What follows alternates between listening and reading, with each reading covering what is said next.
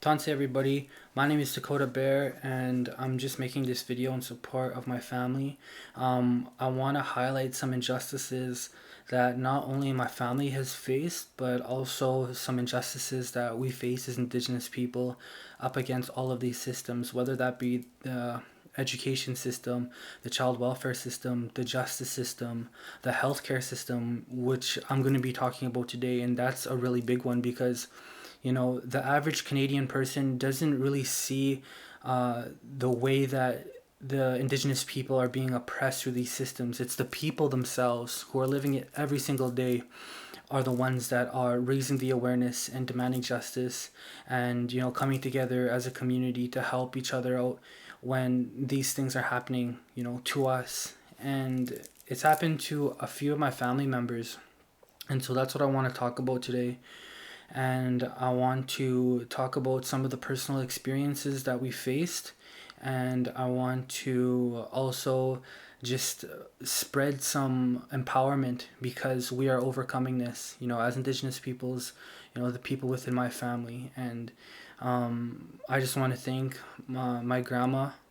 I want to thank my uncle Patrick, and also my uncle Curtis, who's no longer with us, for your strength and for just really helping shape me to be the person, the man that I am today. So really, to get into it, growing up, I had a smaller family.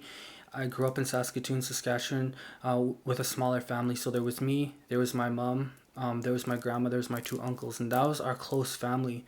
A lot of our other family didn't live within the city; they lived off on the reserve. And so growing up, we were really close, and we stayed and we lived together, and we helped each other out. And so I was really close. My two uncles, Curtis Bear and Patrick Bear, they helped me become the man I am today because I never had a father growing up. I never knew my father, and my father had passed away when I was about 11 years old. But my uncles were always there with me. Unfortunately, my uncle Curtis had passed away in 2016 due to negligence in St. Paul's Hospital of Saskatoon. And that hospital, if you research it, has the highest death rate in Canada. And that's because of the negligence. And my uncle was a part of that. And yeah, so my uncle, he he my uncle became sick in 2016, and it was really hard for me, and it's still kind of hard for me to process because he was such a big part of my life, and this was so sudden. I was out here in Vancouver, I was going to school, and I heard the news that my uncle had become very sick. And what happened with my uncle was that he had a brain aneurysm, and he went checked into St. Paul's Hospital, and they put him in the hallway and they gave him a gravel, and he fell into a coma, and he never woke up from the coma. And they never operated on him properly. There was a real injustice that was done to my uncle, and so that was hard for me to carry on without him, but I'm still here today. I'm sober. I have a family that I'm looking after, I'm taking care of. I'm taking those lessons that he taught me, and I've become stronger as a young man because of the things that he taught me and the lessons that he left for me. So I'd like to thank you, Uncle, for that. And it's been hard because this is 4 years this month that he had passed away. And so we carried on, we found our strength, and I was a part of the wake and I was a part of the funeral, and we found strength to carry on. So that really comes into the story of my other uncle. So that had happened to him, that injustice happened to him, and so I had my other uncle, and we have this close connection, me and my other uncle. He used to take care of me growing up. He taught me how to ride a bike. My uncle Patrick, he taught me many things.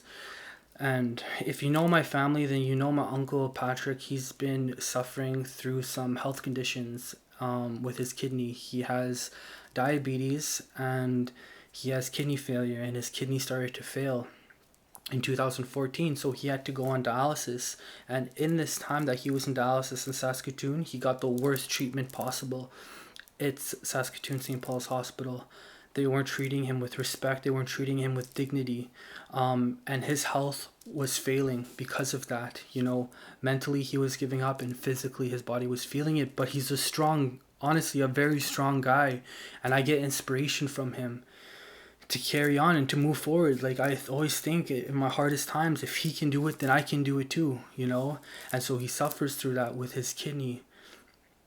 And he was on dialysis. And if you don't know what dialysis is, it's basically you have to go to the hospital every other day, and you get the old blood taken out of you, and then you get it cycles through, and the machine helps you do that. It's because your kidneys aren't functioning properly, so that machine takes on the function of your kidneys, and you have to do that like all night long. And it's a process that you have to do every other day.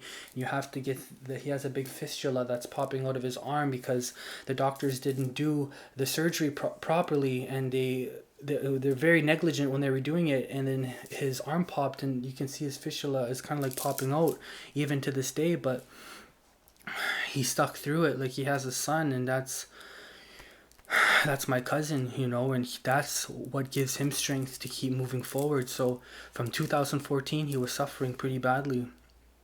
And so I'm out in Vancouver, you know. I started my journey in Vancouver around that time. And even though I was far away from my family, I was always thinking about them. And, you know, especially since my Uncle Curtis passed, like, I didn't want to lose another one of my uncles. I completely would have just, like, I don't even want to think about that right now, because that's, you know.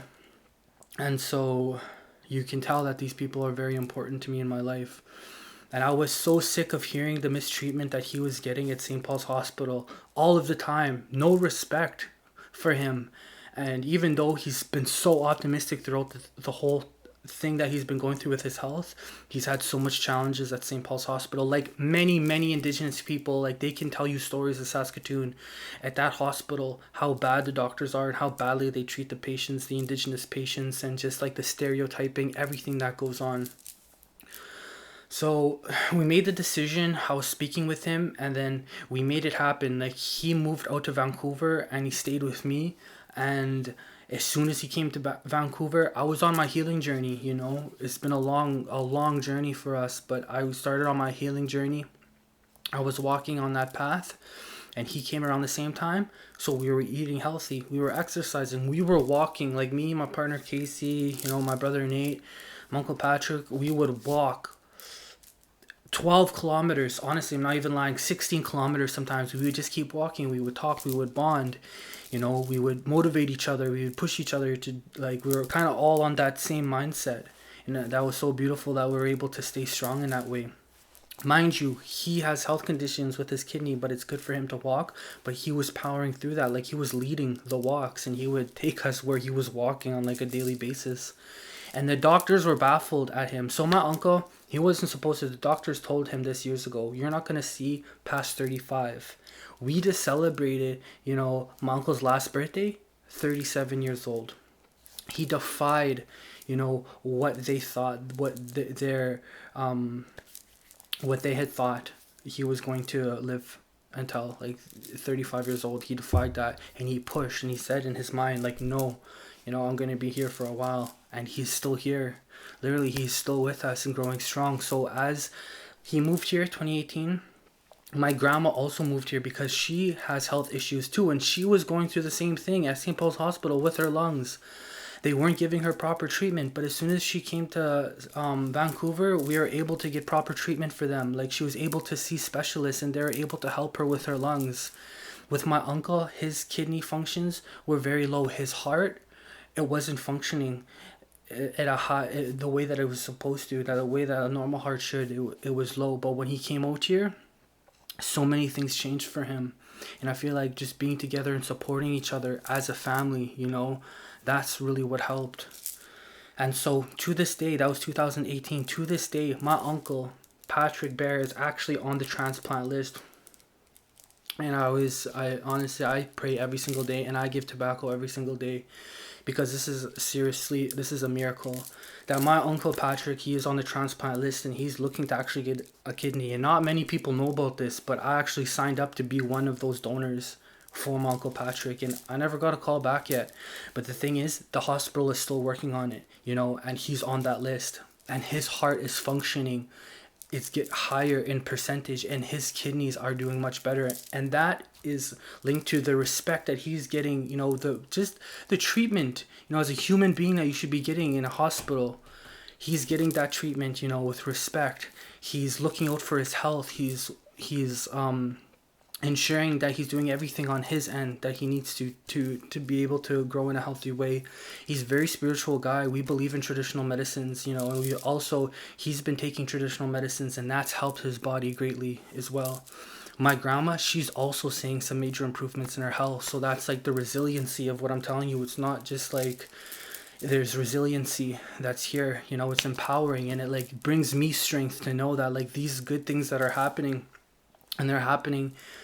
And I'm grateful for that. I'm thankful for that. So I just wanted to share that with you. I want to say that we've been through a lot, but we're still here. We're still healing. We're still putting that work into our communities. And so basically what I'm doing is I'm setting up a support fund, and we've never had this. My uncle, to this day, he's working. He has to keep himself busy. He was in school literally while all this was happening. My uncle was in school because he wants to build a good strong structure for him and his child, his baby boy, his son. He's looking to get into addictions counseling. That's what he wants to do, and so he wants to help people with their addictions. Like, this is empowering, and he empowers me and he inspires me. And that's why I'm doing this right now, because I want to help him out. He's been working, he's been grinding all day, because he's got bills to pay like everybody else. And what I want to do is I want to try set him up with this GoFundMe account and with this community support, to support, my family members. I want to be able to give back to him, because he's done lots. He goes out and he makes sandwiches and he gives them. He doesn't post any of this stuff. Like, this is what he does on his free time. He'll make sandwiches and he'll give them downtown east side. He helps people out with his genuine heart. And so that's why I'm creating this fund for him, so we could also come together as a community. And I want to be able to help him out in that way. And I'm going to be making some donations to this fund.